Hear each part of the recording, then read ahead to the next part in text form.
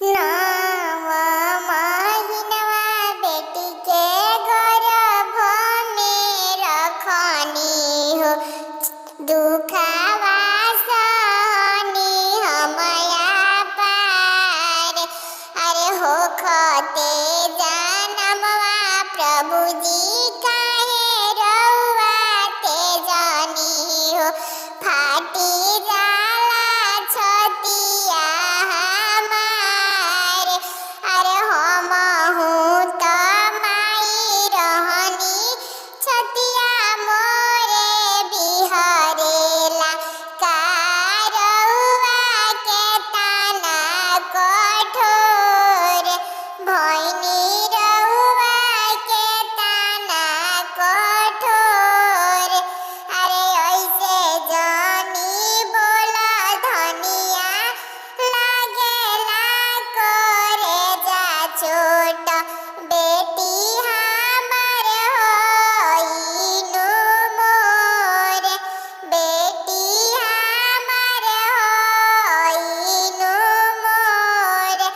अरे हरिहर बसवा काटी पपाया जलाइले, माड़वा छवाइले विशाल। अरे बेटी के जंगिया बैठाई दियावा तेजबी, फाटी जाला छतिया हमार, फाटी जाला छतिया हमार। अरे रोएली दुलारी बेटी, पापाजी के जंगिया हो, ई कैसन हवे नुमान। अरे जंगिया बैठाई पापा, सोनावा सन खलपी, दूसरा के हाथवा धराई। अरे दूसरा के हाथवा धराई।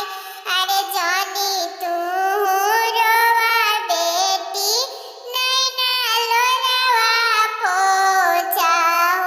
ई त हटे विधि के विधान, ई त हटे विधि के विधान। अरे ऐसे जानी बोला पापा, फटेला करे जवाब। बचपन तू दिहलनी बाई, अरे तोहरा तो बड़े पापा एक लाख गइया हो, भइसी त लाख करोड़। अरे एतना तू जीवा पापा रोजे निभाहेला,